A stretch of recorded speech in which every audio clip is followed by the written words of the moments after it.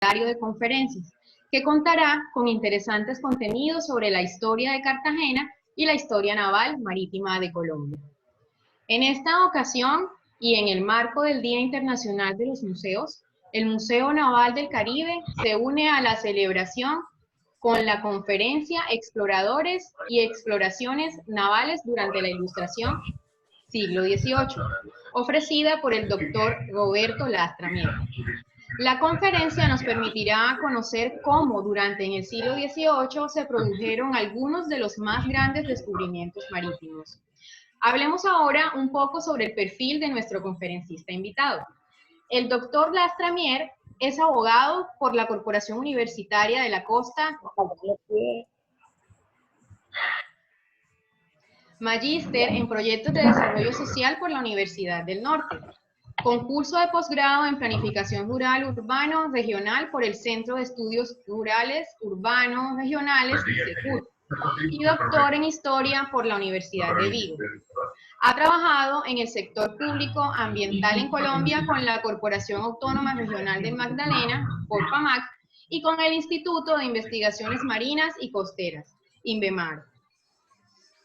Fue miembro del Comité Jurídico del Sistema Nacional Ambiental, SINA, participante de diversos proyectos dentro del Grupo de Investigación en Evaluación Ambiental Estratégica adscrito al Departamento de Geociencias Marinas y Ordenación del Territorio de la Universidad de Vigo, y en el Centro Nacional de Investigaciones de Sicilia, Italia. Director del Centro de Investigaciones Jurídicas y Sociojurídicas Luis Eduardo Nieto Arteta, de la Universidad del Atlántico entre los años 2017 y 2019. Actualmente labora como docente de tiempo completo en el área de legislación ambiental de la Facultad de Ciencias Jurídicas y es profesor invitado para el programa de especialización y maestría en Derecho de Medio Ambiente de la Universidad Externado de Colombia. Al final de la intervención, que tendrá una duración de 40 minutos, abriremos un espacio de 15 para las preguntas del público, por lo que agradecemos que vayan escribiendo todas las inquietudes y comentarios justo en la zona o en el área de comentarios aquí en Zoom, de manera que podamos compartirlos con el doctor Lastra y él vaya seleccionando en la medida en que tenemos el espacio para poder contestar a sus inquietudes. Agradecemos también tener en cuenta dentro del protocolo de conferencias de Zoom en esta oportunidad mantener sus micrófonos apagados y estar muy atentos a las palabras y las recomendaciones del doctor Lastra. Esto con el objetivo de que no se nos vaya a filtrar información que tengan todos los participantes y todos los que se encuentran dentro de la sala de reuniones. A continuación, damos turno a la intervención del doctor Lastra Mier. Bienvenidos nuevamente y gracias por su participación. Hola a todos, buenas tardes. Gracias, Caterine, y gracias al Museo Naval del Caribe por la invitación que me han hecho para inaugurar este ciclo de conferencias. En el día de hoy, como ya lo habían visto en el anuncio, vamos a hablar sobre las exploraciones navales que se sucedieron durante el periodo de la Ilustración en el siglo XVIII. Para comenzar, voy a compartir la pantalla con ustedes.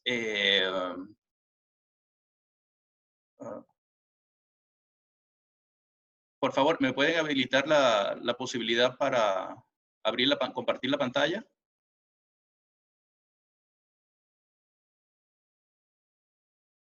Listo. Ok. Listo.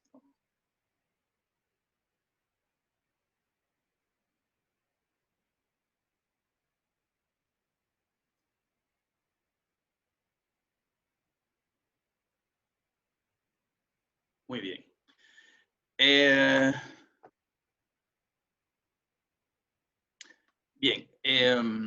En esta ocasión, como les decía, vamos a hablar sobre los exploradores y las exploraciones navales durante la Ilustración del siglo XVIII.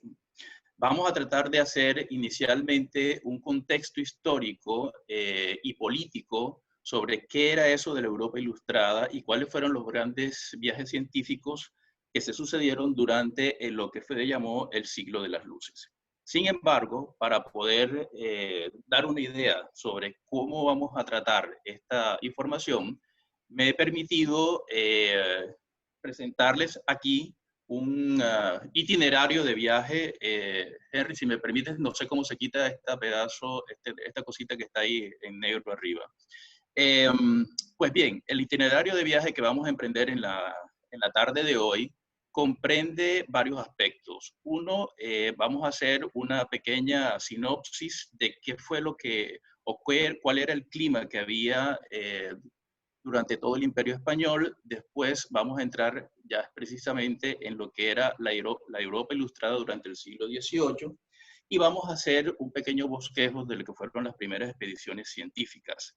Pero nos vamos a centrar sobre todo en tres personajes: el capitán James Cook, la expedición de Jean-François de la Pérouse y la expedición Malespina. Y por último vamos a ver cómo estas expediciones de alguna manera plantearon los primeros síntomas del ocaso de los imperios, en este caso del Imperio Español.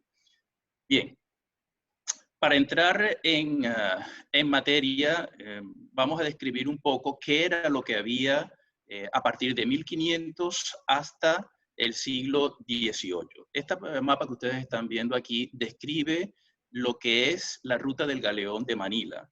El galeón de Manila era el barco o el conjunto de barcos en términos reales durante todo el tiempo que duró la ruta. Fueron un total de 110 barcos. Estos barcos, los grandes galeones, lo que hacían era que zarpaban desde Acapulco y se dirigían hacia las Filipinas, aprovechando la corriente ecuatorial. Sin embargo, aquí hubo un pequeño problema. Resulta que desde que en 1513 Núñez de Balboa descubrió el Pacífico, o encontró el Pacífico, comenzaron a hacerse un gran número de exploraciones en este vasto océano, pero debemos tener en cuenta que estamos hablando del siglo XVI y que por lo tanto el conocimiento que había era absolutamente nulo. Durante todo este periodo, los grandes exploradores españoles fueron los que se adentraron en el Océano Pacífico. Recordemos que Magallanes cruzó el Cabo de Hornos, precisamente por el estrecho que después llevaría su nombre, y logró entrar en el Pacífico. Navegó, digamos que a ciegas, sabían que si seguían la ruta podrían llegar a Oriente, pero no sabían exactamente cuándo.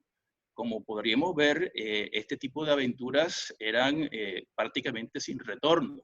De hecho, fueron muchísimas las naves españolas que zarparon en expediciones, no solamente sobre el Atlántico, sino sobre todo en el Pacífico, de las cuales nunca más se supo absolutamente nada.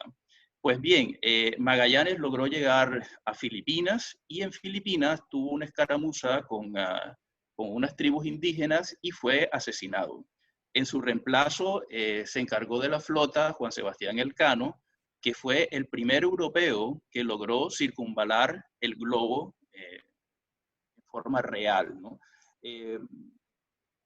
Juan Sebastián Elcano llegó en 1522 a España nuevamente, y fíjense ustedes cómo serían este tipo de aventuras, que de los 230 hombres que salieron en las 5 naves, tan solo regresaron 18. La gran mayoría murieron del escorbuto. Después hablaremos con más detalles sobre qué es el escorbuto. Pues este panorama estuvo más o menos así durante mucho tiempo. Los barcos salían desde Acapulco y podían llegar a Filipinas, pero la cuestión estaba en cómo volver. No había forma de volver. Y solamente fue hasta cuando Fray Andrés de Urdaneta, tuvo la genial idea de comenzar a subir por la costa de las Filipinas, por el mar de China, hasta llegar a las costas de Japón. Y cuando llegó a las costas de Japón, cogió la corriente de Kuroshio, que es esa que ustedes están viendo resaltada allí en la línea oscura. Esa corriente fue la que permitió establecer la ruta, con lo cual, fíjense ustedes, la ruta era redonda.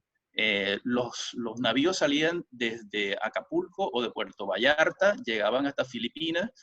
Normalmente salían en el mes de julio, aprovechando las corrientes, y volvían en los meses de diciembre. Y finalmente llegaban a México. La mercancía que llegaba a México después era transportada por tierra hasta el puerto de Veracruz y de ahí volvía hasta Europa. Tengan en cuenta que esta fue una de las primeras rutas de carácter global. Todo eso de que nosotros hablamos ahora de la globalización no es tan nuevo, ya ven ustedes, ¿no? Y la ruta de los galeones, la ruta del galeón de Manila o la nao de China, que también se llamaba, duró la friolera de 250 años, entre 1565 y 1815. Pues bien, fíjense ustedes, al Pacífico se le llamó durante esos casi 300 años el lago español, porque la hegemonía de los españoles era absoluta. Sin embargo, ya para el comienzo del siglo XVIII, las demás potencias europeas comenzaron a interesarse enormemente en la forma de adentrarse no solamente en las rutas de comercio, sino en las grandes riquezas que escondían Oriente. Bien, el siglo de las luces se caracterizó porque estuvo gobernado por una serie de monarcas absolutos, casi que divinos, pero que comenzaron a plantearse una nueva forma de competencia entre ellos mismos y de hacer las cosas. Fíjense ustedes, el ciclo de la Ilustración lo que hizo fue la parte final del Renacimiento y la salida absoluta desde la Edad Media. Normalmente se establece que la Edad Media fue una época oscura, pero en términos reales no es tan así. Sin embargo, este periodo de la Ilustración se caracterizó porque estos monarcas europeos se rodearon de artistas, de literatos, de pensadores, de filósofos que planteaban una serie de nuevos ideales como el de la libertad, de la justicia, de la equidad, basados en la ciencia, en el arte y en la cultura. En la gráfica que nosotros estamos viendo, por ejemplo, vemos a Catalina Grande de Rusia, a Carlos III, a Luis XVI, a Federico de Prusia y a otros tantos de esa época que fueron personajes que marcaron un antes y un después en el mecenazgo de las artes y de las ciencias. El Renacimiento quedaba atrás y comenzaba una nueva etapa, que era la etapa de la Ilustración. Y como les decía, estos monarcas se basaron en los pensamientos de muchos de los filósofos que marcaron el devenir de la historia a partir de esa época, Diderot, Voltaire. Y comenzaron un proceso nuevo de renacimiento de las ciencias basados en la razón y en la lógica y en la filosofía de la misma ciencia, ¿no? Bien, dentro de esos personajes que surgieron a raíz del periodo de la Ilustración, uno de los primeros que encontramos fue Antonio de Ulloa y de la Torre Girat. Este personaje es muy importante porque digamos que fue el que dio el pistoletazo de salida en las grandes campañas o expediciones científicas. Él fue comisionado por el gobierno de Francia, por el rey de Francia, como parte de la misión geodésica francesa, y que esa misión geodésica francesa tenía una misión que era medir el arco meridiano del Ecuador, es decir, la circunferencia de la Tierra. La cuestión es que estos señores que eran ilustrados pensaban que el conocimiento debía ser una cosa mucho más global. Y no solamente se dedicaron a la ciencia como tal, sino que también se dedicaron a hacer estudios de tipo etnográfico, a observar las culturas, la vegetación, los animales, no solamente la medición de la tierra como tal. La medición de la tierra tenía un interés particular porque mientras mayor fuera el conocimiento sobre cómo era el globo terráqueo, facilitaría las rutas de comercio. Todo estaba perfectamente hilvanado entre ese afán por promover la cultura y adicionalmente con un interés comercial. El señor Antonio de Ulloa y de la Torre era un aristócrata y por lo tanto le permitía esa posición privilegiada entrar en las escuelas navales que comenzaron a surgir en la época.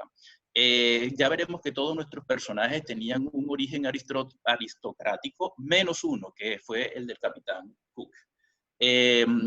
Antonio de Ulloa y de la Torre lidió también con el escorbuto, es decir, la falta de vitamina C, pero claro, en ese momento no se sabía, que era uno de los grandes azotes de las grandes expediciones.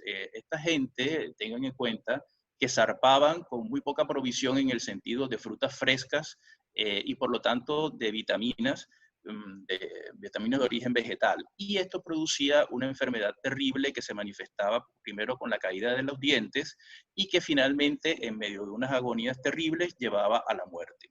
Muchas de las expediciones que salieron terminaban simple y llanamente con muy poca gente porque el escorbuto hacía mella en ellos. Bien, otro de los grandes personajes fue George Anson. Fue, digamos, también uno de los que comenzó los grandes viajes alrededor del mundo. Él utilizó un barco que se llamó el Centurión y es un personaje muy importante porque de una tripulación de 1.800 personas o de 1.900 personas que salieron en 5 barcos, tan solo regresaron 180.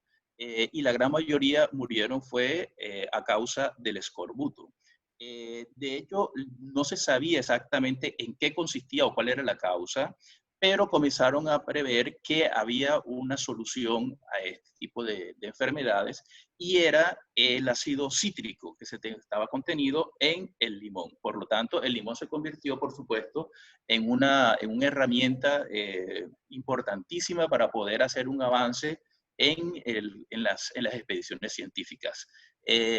Después de que Elcano logró hacer la circunvalación al globo, ya los viajes a través de él, o sea, es decir, darle la vuelta al mundo, cada vez se fue convirtiendo en una cosa menos exótica. Y las rutas de comercio entre Europa y Asia cada vez se fueron estrechando aún más. En el caso de España, por ejemplo, les quedaba un poco complicado hacer esa ruta a través de la costa africana, porque estaban en guerra con Portugal durante mucho tiempo.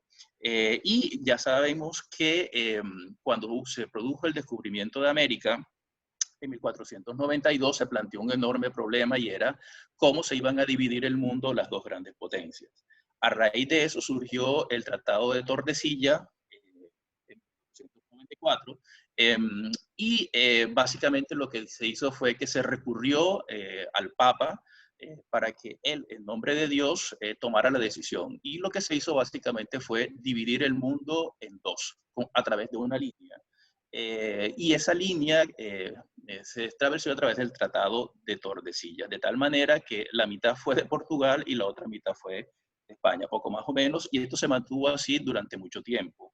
Sin embargo, hubo un momento de la historia en que España se convirtió en el imperio más grande que ha habido sobre la tierra en toda su historia. Carlos I de España e Isabel de Portugal se unieron en matrimonio y por lo tanto, fíjense ustedes, llegó un momento en que España prácticamente fue el imperio donde jamás se ocultaba el sol, ¿no? El máximo esplendor se vivió durante la época de Felipe II, en nombre del cual fue que se puso el nombre de las Filipinas, en honor al rey. Bien, este preámbulo nos lleva ya a entrar de lleno en 3 grandes personajes que fueron unos navegantes insignes. El primero de ellos fue James Cook.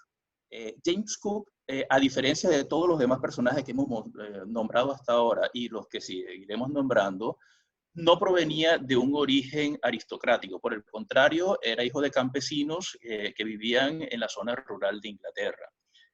Sin embargo, desde muy pequeño manifestó o tuvo unas inquietudes enormes por la navegación. De hecho, se enroló en la Marina siendo muy niño y a lo largo del tiempo a lo máximo que había llegado era a gobernar un barco que transportaba carbón. Sin embargo, estos personajes participaban en las guerras y poco a poco en las batallas navales iban ganando terreno y sobre todo renombre. Cuando el almirantazgo se dio cuenta de los grandes potenciales que tenía James Cook y del interés que tenía Inglaterra en adentrarse en el Pacífico, el rey Jorge III lo encomendó para que realizara la expedición británica en ultramar. La Royal Society lo contrató y viajó al Pacífico. En términos reales, James Cook ya había ido antes y sobre todo se le encargó una nueva misión. Él debía llegar a la isla de Tahití y en una fecha determinada para documentar el tránsito de Venus sobre el Sol. Esta medición era muy importante porque permitiría establecer las distancias de acuerdo con la luz solar. Y eso era un punto muy interesante para poder establecer las rutas de forma mucho más segura y sobre todo los tiempos de esas rutas. Bien, James Cook hizo su primer viaje entre 1768 y 1771 a bordo de ese barco que se llamó el Endeavour. Ese primer viaje fue todo un éxito. De hecho, descubrió algunas de las islas o encontró algunas de las islas del Pacífico Sur. Durante este primer viaje, la gran característica que tuvo fue que emplearon los métodos ¿cómo se llama? Del limón para vencer el escorbuto. Cuando, sin que se supiera exactamente cómo era que funcionaba, ya se sabía que, por ejemplo, algunos alimentos ayudaban a mitigar la enfermedad. Se embarcaron en este barco cuando partieron grandes cantidades de chucrut. El chucrut es una receta que viene del norte de Europa, que es repollo fermentado. Muy sabroso, no es que digamos, pero había necesidad de que eso los marineros los obligaban a consumir este alimento. Y una de las grandes ideas que tuvo Cook fue que los oficiales, que normalmente no se mezclaban con los marineros, también comieran el chucrut. Y efectivamente esto ayudó enormemente. Sin embargo, uno de sus tripulantes, o de sus tripulantes, no, de las personas que iban a bordo, que fue Joseph Banks, un eminente naturalista, fue el que tuvo la genial idea del limón. Ya hablaremos de eso en nuestra próxima diapositiva. En este primer viaje de Cook, ya lo ven ustedes allí en la diapositiva, parte desde Inglaterra, toca Río de Janeiro, pasa por el estrecho de Magallanes, llega a Tahití, donde debe realizar la misión, que era el punto álgido de su recorrido, ¿no? Digamos que ese era el objetivo primordial. Sin embargo, en términos reales, Cook también tenía un objetivo secreto que lo descubrió fue cuando llegó a Tahití. Venía una carta del almirantazgo en donde le decían que Cook debía encontrar la Terra Australis, que era un continente mítico que se había forjado durante mucho tiempo, la idea, y que se suponía que estaba al sur. Acordémonos que ningún explorador había llegado todavía a las costas de la Antártida. Eran latitudes muy, muy bajas y sobre todo que tenían el problema de los barcos que no estaban preparados para ese tipo de travesías. En la parte inferior de la derecha pueden ver ustedes un mapa de Tahití, de la isla de Tahití, elaborado en la misma época del capitán Cook. Esa misión secreta de la que hablábamos era la de encontrar la Terra Australis Incógnita, que se suponía que era un continente que estaba al sur, muy al sur, pero que se consideraba que era un continente de tierras templadas. Esta idea, junto con la de la Atlántida, por ejemplo, surgió desde el siglo I a través de Ptolomeo y se fue transmitiendo de generación en generación más como una leyenda que como una realidad. Sin embargo, por supuesto, no había una certeza de su existencia o no, y se encargaba a los marineros la búsqueda de esa tierra.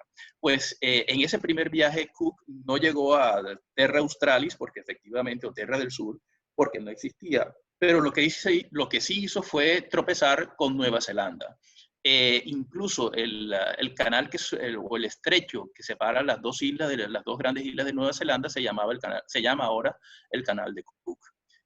Posteriormente, Cook llegó, incluso recorrió la margen derecha de Australia.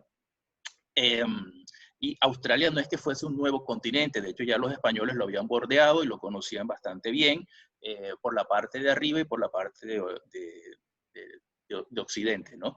Sin embargo, la costa del arrecife australiano, eso sí que era una cosa relativamente nueva, y Cook fue de los primeros que la recorrió hasta llegar a Nueva Guinea y de ahí coger por el Índico para volver otra vez a Europa. Por supuesto, esto a Cook le representó un fama y fortuna y sobre todo el ascenso a los más altos niveles. Les decía que uno de los naturalistas que acompañó a Cook en estos viajes fue Joseph Banks, que era el jefe científico de la expedición y miembro de la Sociedad Real Inglesa. Este personaje fue muy importante en el desarrollo de la ciencia y sobre todo porque era un botánico enorme. Posteriormente, el señor Banks fue de los que se encargó del crecimiento de los jardines de Kew, que fueron uno de los más importantes y que funcionan hoy día en perfecto armonía como si estuviese también en el siglo XVIII. Y es un enorme centro de investigaciones. Pues bien, en esa imagen que ustedes están viendo representa los peligros y las consecuencias del escorbuto en las embarcaciones. El señor Banks fue el que probó incluso consigo mismo porque comenzó a sentir los síntomas del escorbuto y probó con el limón, que era una teoría que ya venía dando vueltas desde hacía rato, pero él finalmente comprobó que sí que era efectivo. Y a partir de ese momento, las grandes travesías pues tuvieron un giro totalmente nuevo en el sentido en que se hicieron mucho más viables. Y esa enfermedad que durante 300 años había acabado con las flotas, pues mira, ya quedaba superada. El segundo viaje de Cook fue muy importante porque bajó todo lo que pudo lo más cercano a la Antártida. En el mapa que ustedes están viendo, ya ven ustedes el recorrido que hizo el señor prácticamente bordeando el continente antártico, tocando de nuevo otra vez Nueva Zelanda y volviendo otra vez al Pacífico. Imagínense ustedes en el siglo XVIII con unos barcos de madera, nada acondicionados para estas condiciones, bordear la Antártida, un lugar que aún hoy día es temido, inclusive por las embarcaciones que están perfectamente diseñadas para este tipo de travesías. Esto nos da una idea de lo arrojado que eran estos marineros, ¿no? En el tercer viaje de Cook, que es el que se ve en azul, el señor, pues, por supuesto, tocó Tahití, se adentró, fíjense ustedes allí, a la parte de Norteamérica. Existía la leyenda también de que debería haber un paso entre América y entre el Océano Pacífico y el Océano Atlántico por el norte. Era otra de las leyendas que se buscaba insistentemente. Fíjense ustedes que en la línea en azul, el señor llega hasta Alaska, llega incluso a pasar el estrecho de Bering y vuelve hacia las Islas Hawái. Cuando el señor Cook llegó a las Islas Hawái, se dice que posiblemente fue uno de los primeros europeos que tocó las Islas Hawái. Aquí llegó el problema para el señor Cook. El señor Cook llegó a una de las islas y los isleños cuando divisaron la nave estaban en plena festividad del rey Lono, que era el rey de la fertilidad. Imagínense ustedes que llega a la costa un barco absolutamente gigantesco con unas velas blancas enormes y con personas que son blancas y normalmente rubias y en plenas festividades de un dios de la fertilidad.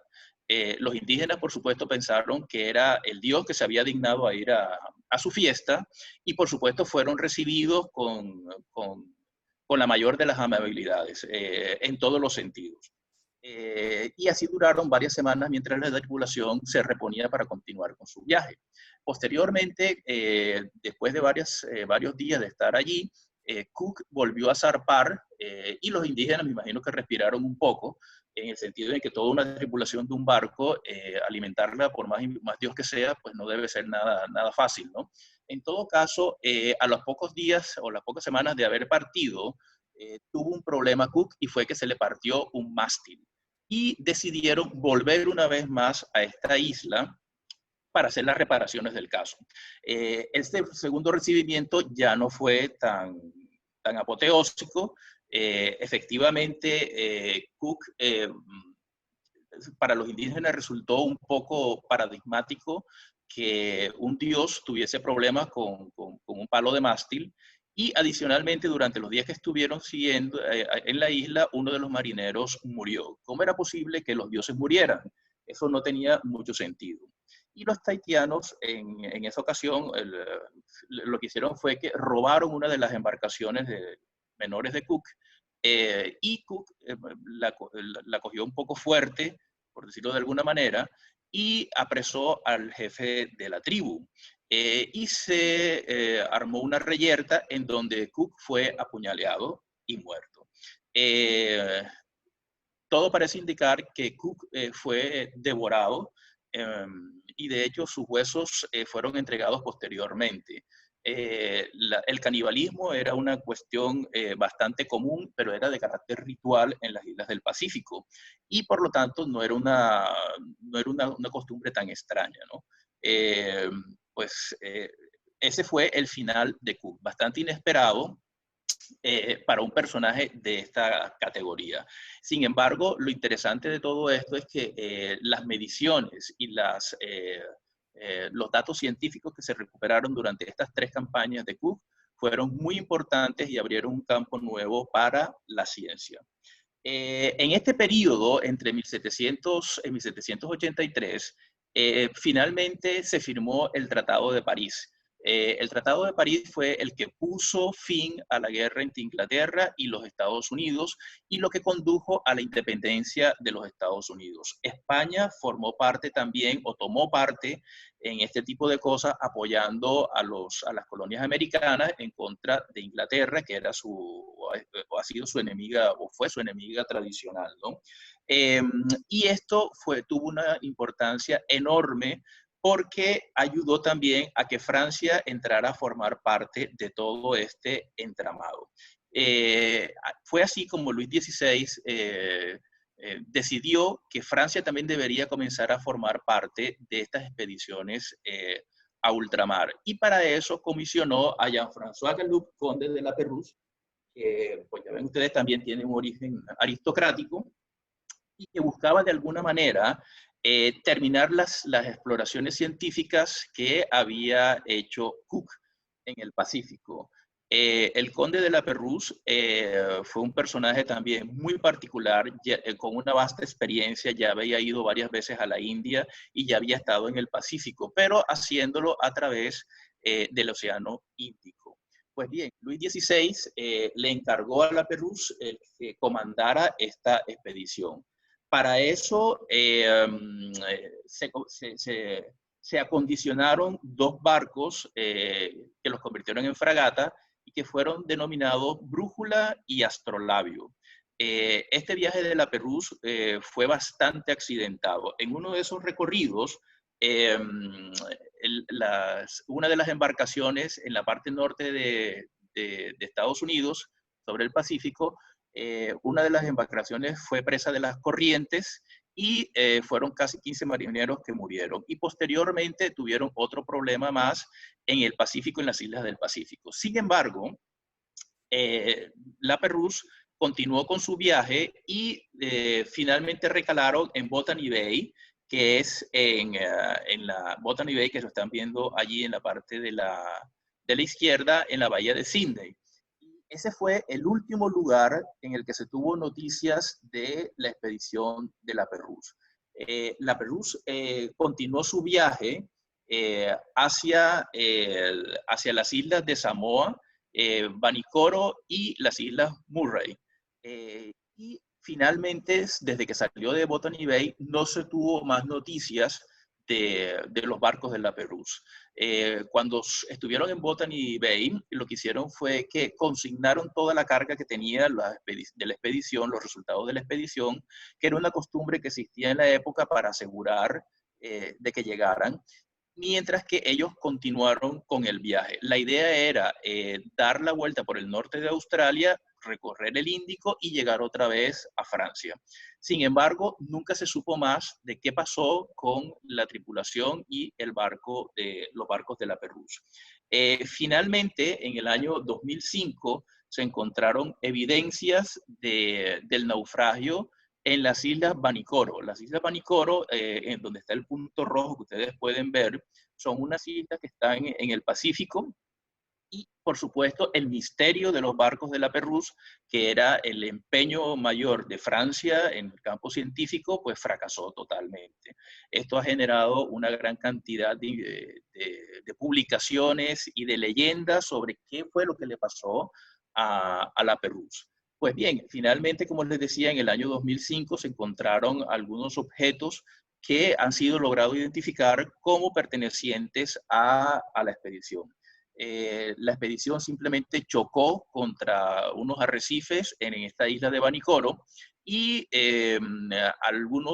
algunas leyendas dicen que con los restos del naufragio se intentaron hacer dos pequeñas embarcaciones para salir de la isla, pero desaparecieron, simple y llanamente desaparecieron en el mar. Y como les decía al principio, esta es una cosa bastante común en las expediciones de la época. Por último, tenemos a otro de nuestros personajes, que era Alejandro Malespina. Por supuesto, también de origen noble, pero italiano. Él salió con un colega que se llamaba José de Bustamante y Guerra y propuso al gobierno español de Carlos III el emprender una campaña de origen de tipo político-científico. Y fíjense ustedes que aquí hay una cosa bien interesante, y es que esta campaña tiene dos facetas, la parte científica, pero también la parte política. En términos reales, todas tuvieron esa parte política también. Como les decía, España era el imperio más grande que había habido sobre la tierra, y sin embargo, las grandes riquezas de las colonias españolas estaban un poco desordenadas. Y Malespina tuvo la genial idea de emprender este viaje o proponer este viaje para hacer una cuantificación de qué era lo que había en las colonias, no solamente en las americanas, sino también en Asia, que era uno de los puntos más importantes de la corona española, y en Oceanía. Y de esta manera brindar la mejor forma de gobernanza sobre estas riquezas, ¿no? Para la ocasión, Carlos III patrocinó la construcción de dos naves especialmente diseñadas por Malespina y por Bustamante. Esas naves se llamaron Atrevida y Descubierta y fueron construidas ex profeso para esta expedición y contaban con los mayores adelantos tecnológicos del momento. Incluso tenían pararrayo, que era una cosa absolutamente exótica para la época. Las dos naves tenían capacidad para 104 hombres cada una y iban acompañados por botánicos, por científicos, por dibujantes, por médicos, es decir, una tripulación de lujo en términos científicos. Y por supuesto también tenía una misión secreta. Esa misión secreta era hacer una evaluación de cómo estaban las colonias, de cuál era el estado real de las colonias y sobre todo de cómo mejorar esa gobernanza sobre las colonias españolas en ultramar. Aquí vemos un poco el recorrido que hizo Malespina saliendo desde Cádiz. El primer puerto que tocó en tierras americanas fue Montevideo, pasó por el estrecho de Magallanes, llegó, recorrió toda la costa chilena hasta el Callao, Guayaquil, Panamá, Acapulco, que era un punto obligatorio, y de ahí subió hasta el norte porque cuando llegó a Acapulco también recibió la orden de buscar el famoso estrecho que comunicaba el Pacífico con el Atlántico en el norte. De hecho, llegó hasta las costas de Alaska, pero el mal tiempo los obligó a retroceder y de ahí zarparon hacia Filipinas. Fíjense que él recorrió el Pacífico Sur, llegó a Sydney, a Nueva Zelanda, y posteriormente hizo el recorrido de vuelta y lo hizo por el sur, que no era una cosa muy común. Como les había comentado, el galeón de Manila lo que hacía era subir hasta las costas de Japón y hacerlo por el norte. Sin embargo, él logró hacerlo en una época del año y volver a Europa. Por supuesto, cuando volvió después de 5 años y las cosas habían cambiado. Carlos III, que había sido el rey que había patrocinado la expedición, murió a los pocos meses de zarpar Malespina y lo sucedió su hijo Carlos IV. España y Francia, por supuesto, se aliaron en la causa de la independencia de Estados Unidos a través del Tratado de París, del cual les hablé anteriormente, y esto acentuó la disputa entre España e Inglaterra. Por lo tanto, el clima era más que adverso, ¿no? Sin embargo, durante la expedición estalló la Revolución Francesa. Y esto cambió totalmente el panorama político en Europa y también en América. El imperio francés cayó, los monarcas divinos dejaron de serlo y comenzaron a surgir unas nuevas formas de gobierno basadas en los principios democráticos que los mismos pensadores de la Ilustración habían planteado. Y estos principios de la libertad, de la justicia, de la equidad, por supuesto que no casaban con la idea del rey absoluto. Y tuvimos el caso, por ejemplo, de Haití, que fue la primera colonia americana que se rebeló, ¿no? Y que emprendió el camino de la independencia. Cuando Malaspina regresa a España, en 1794, 5 años después, presenta el informe de su viaje que se llamó Viaje Político-Científico alrededor del mundo por la descubierta y atrevida. Este es un documento absolutamente excepcional, pero muy poco conocido y hay razones políticas para este desconocimiento. Y ya vamos a ver de qué se trata la cuestión. El viaje de Malespina no solamente fue un viaje geográfico, sino que fue también un viaje botánico, zoológico y sobre todo etnográfico. Se fijó mucho en hacer estadísticas, censos, en describir perfectamente los pueblos que iba encontrando, sus costumbres y sobre todo de buscarle las alternativas de progreso para las Américas y para Asia. Malaspina era un libre pensador que creía que otorgarle mayor autonomía a las colonias hubiese sido una mejor estrategia que seguirla en el plano en que iban, que era el de subyugar a este tipo de pueblos. Y Malespina tropezó con Manuel de Godoy. Manuel de Godoy era el primer ministro de Carlos IV, es decir, el hijo de Carlos III, que era el rey en ese momento. Y Malespina intentó una conspiración para derrocar a Godoy. Y aquí se describe un triángulo muy particular, un triángulo amoroso. Se dice que la reina María Luisa de Parma, la esposa de Carlos IV, era la amante de Godoy.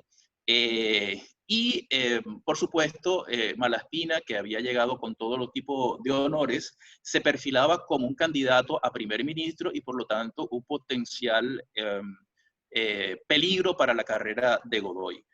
Godoy era un personaje que había surgido prácticamente de la nada, era simplemente un guardia de corps del rey, pero gracias a los favores de la reina, pues había logrado ascender enormemente. En este retrato que ustedes están viendo pueden ver a María Luisa de Parma pintada por Goya.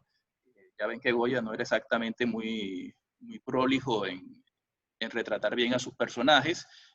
Sin embargo, pues María Luisa de Parma, con tal de volver a ganar los favores de Godoy, lo que hizo fue que le dio la espalda a Malespina y toda esta conspiración, que era un triángulo amoroso, donde los celos y todo lo demás estaba a la orden del día, dieron como finalidad, como final, el que Carlos IV condenara a Alejandro Malespina y lo degradara. Es decir, perdió todo lo que había ganado y lo condenó a 10 años y un día de prisión en San Antón, en La Coruña, al norte de España. María Luisa de Parma tuvo 23 embarazos en 10 años y al final de su vida, ya en el exilio, confesó que a su confesor religioso, que ninguno de sus 7 hijos sobrevivientes eran de Carlos IV. Pues la señora se las tenía de verdad. Por eso en las caricaturas de la época lo dibujaban como un rey cornudo. A Carlos IV se caracterizó porque no le interesaban para nada los asuntos del gobierno, lo dejaba todo en manos de su primer ministro y él se dedicaba a la casa, que era su gran pasión, ¿no? Bien, nuestro personaje Malaspina finalmente es llevado al castillo de San Antón en La Coruña y es encerrado allí durante 6 años. A los 6 años, durante estos 6 años, nuestro personaje se dedicó ese tiempo de confinamiento a escribir sus obras sobre estética, sobre economía y sobre cultura. Tenía mucho que contar, ¿no? Aparte del informe de su viaje, pues se dedicó también a la literatura. Y gracias a la intervención de Napoleón, se logró el escarcelamiento de Malaspina y pudo volver a su lugar, pero exiliado, al lugar donde había nacido, a Italia, ¿no? A Prezzemoli. Que es en la Toscana. Y finalmente, en 1808, Malaspina muere en el exilio. Fíjense ustedes, Malaspina a través de sus obras plasmó el descontento de las colonias y previó de alguna manera que ese descontento se podría traducir en un proceso de disputa de ese tipo de tierras. Malaspina de alguna manera predijo el ocaso del Imperio Español y fíjense ustedes que a partir de 1810 se comenzaron a suceder las guerras de independencia en todo el territorio americano. Y ese proceso siguió durante todo el siglo XIX hasta que finalmente España perdió a Cuba a finales del siglo XIX, ¿no? En la guerra de Cuba. Digamos que de alguna manera fue el ocaso del imperio. Y adicionalmente también Europa se movía. Después de la Revolución Francesa, por supuesto, Luis XVI fue guillotinado. España perdió prácticamente todas sus posesiones en ultramar y todo el panorama europeo comenzó a cambiar drásticamente. Y Europa continuó en esa espiral de guerras que básicamente ha tenido un respiro es a partir de 1945, cuando termina la Segunda Guerra Mundial, con periodos de paz en el entretiempo. Este panorama nos muestra un poco lo cambiante que es la política y comenzaba un nuevo periodo que es el de las colonias, pero de Francia y de Inglaterra en África. Y a raíz de estos hechos, el Reino Unido también, el Imperio Británico, comienza a surgir y llega a su apogeo con la Reina Victoria ya entre mediados y finales del siglo XIX. De esta manera se redibujó completamente el mapa de Europa y cómo las grandes expediciones contribuyeron a esta nueva definición de la política y de los continentes en el mundo. Bueno, pues nada, muchas gracias.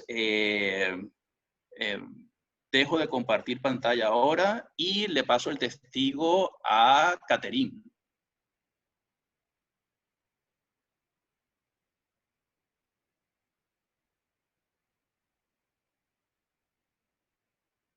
Hola, Catherine.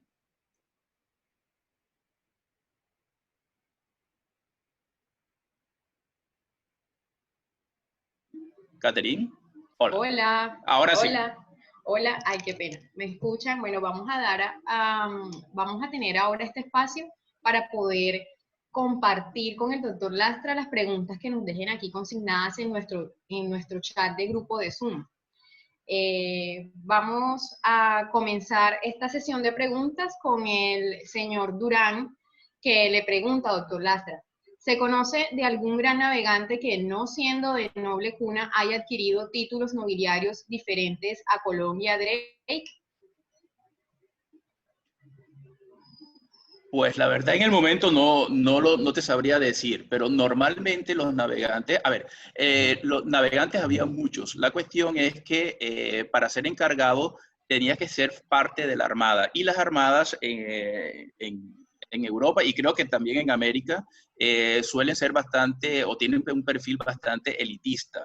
Los marineros rasos eran una cosa, pero era poco probable que un marinero raso lograra ascender a los más altos cargos dentro de la Armada y mucho menos tener el mando de una expedición.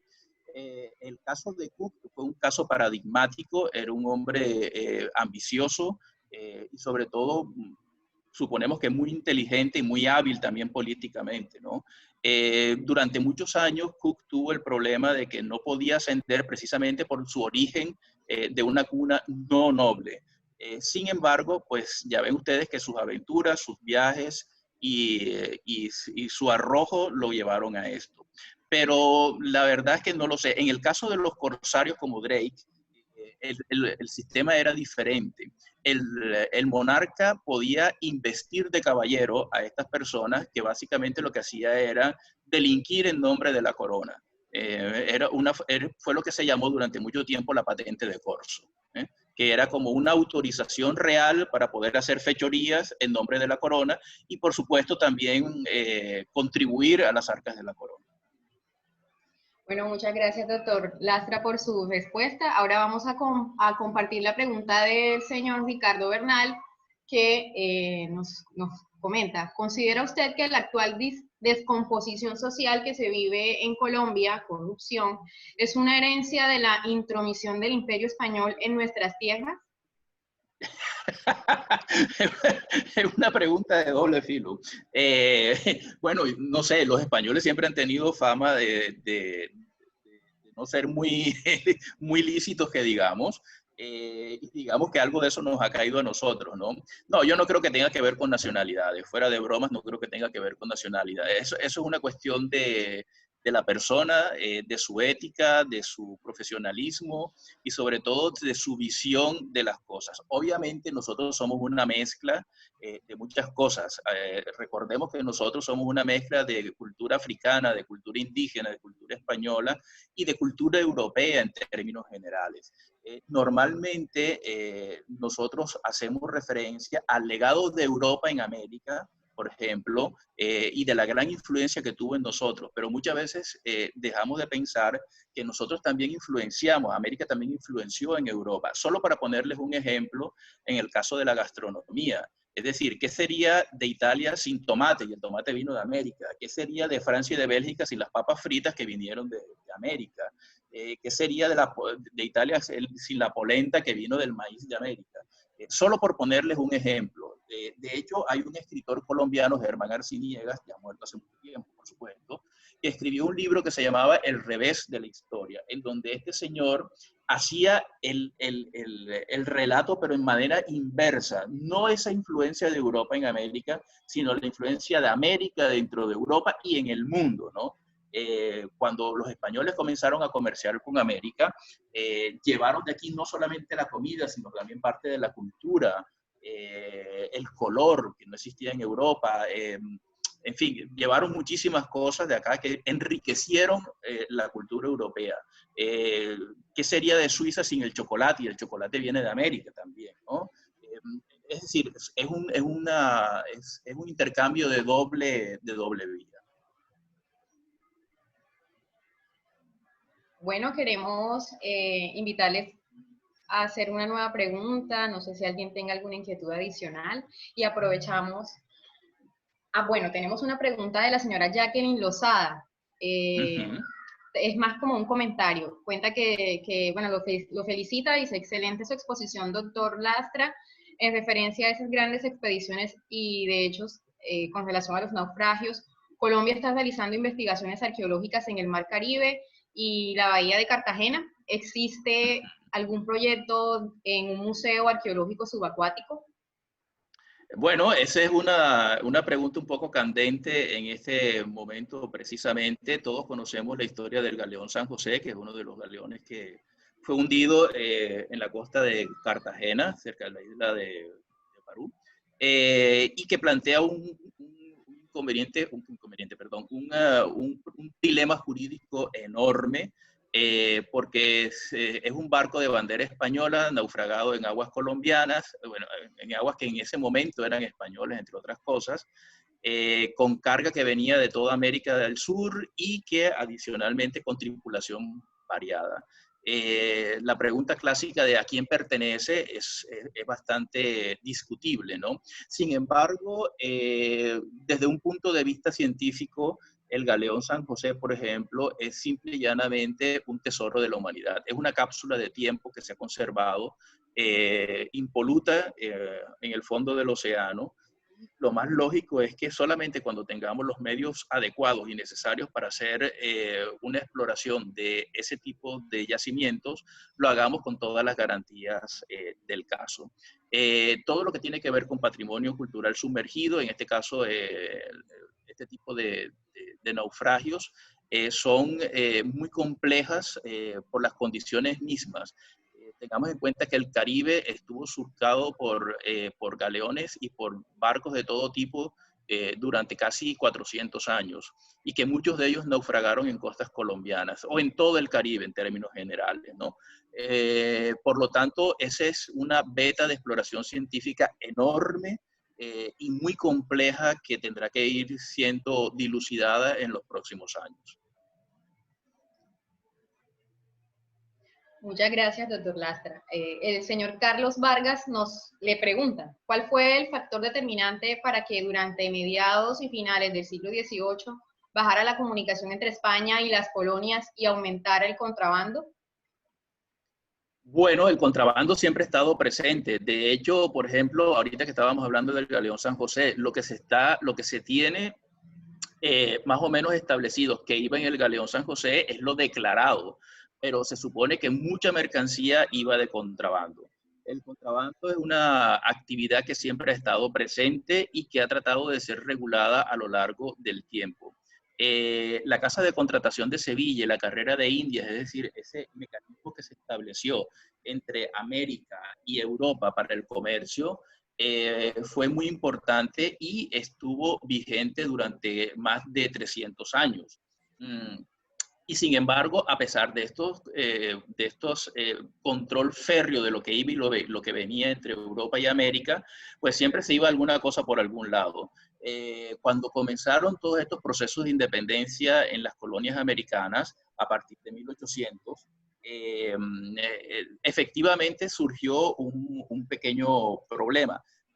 Colombia, por ejemplo, se liberó en 1810 y a partir de ahí todos los demás países de esta parte, de esta región, comenzaron un proceso similar. ¿A qué se debe que haya bajado ese comercio? Pues básicamente a una visión geoestratégica, creo yo, ¿no? Recién inaugurado el periodo de la independencia y de la república, existía el peligro de la reconquista. Por lo tanto, hubo un movimiento emprendido por las élites nacionales de la época que trataban de minimizar ese contacto con el viejo continente y de crear una nueva identidad, y esa identidad era la identidad latinoamericana, ¿no? Fíjense ustedes que en el caso de Colombia pasó una cosa muy particular, y es que nosotros forjamos una identidad andina que subsiste hasta nuestros días. Las costas básicamente desaparecieron en el mapa, en el imaginario, porque era el lugar por donde podría volver una reconquista, ¿no? Se disminuyó todos los estudios cartográficos que se estaban haciendo a través de Codazzi y de todos estos grandes geógrafos nacionales que intentaron intentaron el proceso de cartografía que avanzaron enormemente, pero que de un momento a otro se frenó, y posiblemente una de las causas de ese freno en esos estudios cartográficos haya sido eso, precisamente evitar la posibilidad de un proceso de reconquista. Doctor Lastra, la señora Linda Silva pregunta, pues, si teniendo en cuenta la protección legal que el Ministerio de Cultura dentro del concepto de patrimonio sumergido realiza, ¿cree usted que existe la infraestructura para su conservación? Yo creo que sí. En el caso de Colombia, nosotros ya contamos con el acervo intelectual, con el acervo académico, posiblemente no con el acervo financiero para hacer frente a una empresa de esta envergadura. Tengamos en cuenta que, por ejemplo, el Galeón San José está a más de 600 metros de profundidad.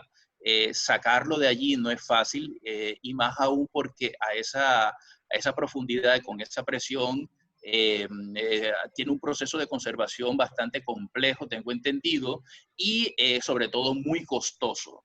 Fíjense ustedes, existe una ley que se sacó casi que es profeso para el Galeón San José, que es la Ley de Patrimonio Cultural Sumergido, que establece una serie de cosas, como por ejemplo el criterio de repetición, que significa algo así como que una barra de oro es igual a otra barra de oro y una perla es igual a otra perla, y una piedra no tallada es igual a otra piedra no tallada. Y por lo tanto, para que vamos a tener tantas y con una muestra representativa es más que suficiente, pues saquémoslo, se negocia el resto y con eso se financia la expedición, ¿no?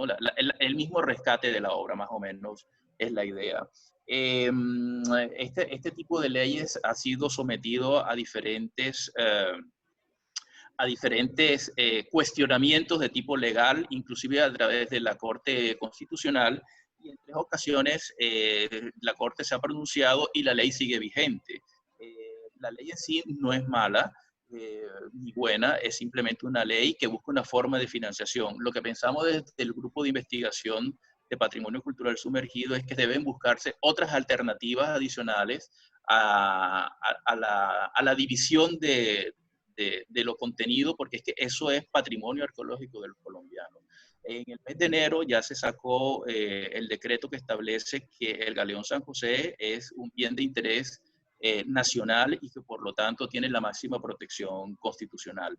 Pero eso no opta que otros naufragios, posiblemente no tan ostentosos como el San José, puedan ser objeto de la aplicación de esta norma.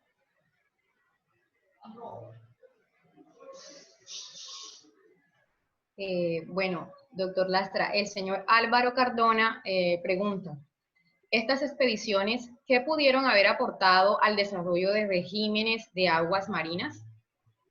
Uy, mucho. De hecho, todas estas expediciones y todo el conocimiento que se fue fraguando a través de los siglos, digamos que fueron los antecedentes jurídicos de lo que más tarde se constituiría el derecho internacional del mar. Estos acuerdos a los que se fueron llegando las grandes potencias europeas de la época y cómo fueron ese proceso de evolución a lo largo de los años, fueron los que de alguna manera moldearon lo que hoy conocemos como el derecho internacional marítimo y el derecho del mar, que finalmente fue o se encuentra compendiado a través de la Convención de las Naciones Unidas para el Derecho del Mar, que entró en vigencia en 1994 y es el que tenemos ahora en vigencia.